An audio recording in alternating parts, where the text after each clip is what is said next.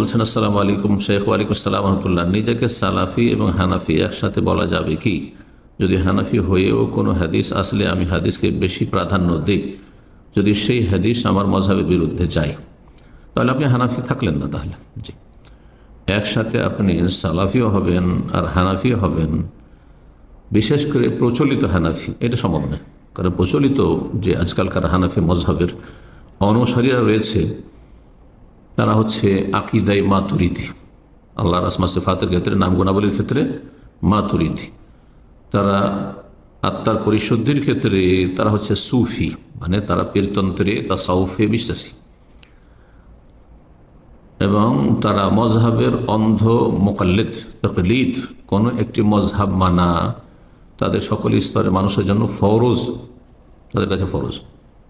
মজহাব মানা ফরজ তাদের কাছে শুনে থাকে। জি, সুতরাং এই বিভ্রান্তির সাথে সালাফি আকিদা মানহাজের কোনো সম্পর্ক নেই। সালাফি আকিদা মানহাজ হচ্ছে সেই আকিদা মানহাজ যার উপর রাসূলুল্লাহ সাল্লাল্লাহু আলাইহি ওয়াসাল্লাম সাহাবায়ে কেরামগণকে ছেড়ে গেছেন রিজওয়ানুল্লাহি তাআলা আলাইহিম আজমাইন। সুতরাং একসাথে আপনি সালাফি হবেন আর হানাফিও হবেন, এটা নাই। কিন্তু আপনি হয়তো লেখাপড়া করেছেন হানাফি মাদ্রাসায়, যেমন আমরা হানাফি ফিকহ পড়াশোনা করেছি, আহলে হাদিস মাদ্রাসায় পড়লেও ফিকহ হানাফি পড়েছি, কদরি, বেকায়া, হেদায়া এগুলো পড়েছি, মনিয়া এসব পড়েছি। সুতরাং আমি ফিকহ চর্চার ক্ষেত্রে, লেখাপড়ার ক্ষেত্রে আমি হানাফি ফিকহ পড়ে বড় হয়েছি। এই অর্থে হানাফি, এই অর্থে ইবনে তাইমিয়া রাহিমাহুল্লাহ হাম্বলি ফিকহ পড়ে তিনি বড় হয়েছেন।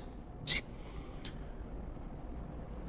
ইবনে রাজব হাম্বলি ওই রকম হাম্বলি। জি, যতগুলি আইম্মা কেরাম দেখছেন হাম্বলি, কিন্তু তারা সালাফি এইরকম লেখাপড়ার ক্ষেত্রে। জি, সৌদি আরবে হাম্বলি ফিকহ পড়ানো হচ্ছে সাধারণত।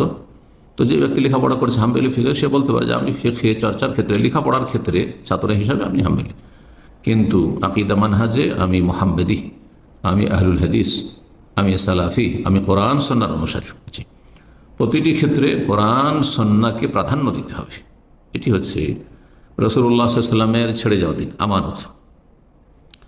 যদি হানাফি হয়ে কোনো হাদিস আসলে আমি হাদিসকে বেশি প্রাধান্য দিই, সাধারণ মানুষ আপনি কেমন করে বুঝবেন যে এটি সহি হাদিস এবং এটা প্রাধান্য দেবেন কী করে? তাহলে আপনাকে হানাফি আলেমদের যারা প্রচলিত তকলিদে বিশ্বাসী, মজহাবের তকলিদে বিশ্বাসী, তাদের কাছ থেকে ফতোয়া নিলে হবে না, তাদের কাছ থেকে এলেম নিলে হবে না। আপনাকে এমন ওলামাদের থেকে ফতোয়া নিতে হবে যারা কোরআন সুন্নাহ মোতাবেক ফতোয়া দিয়ে থাকে।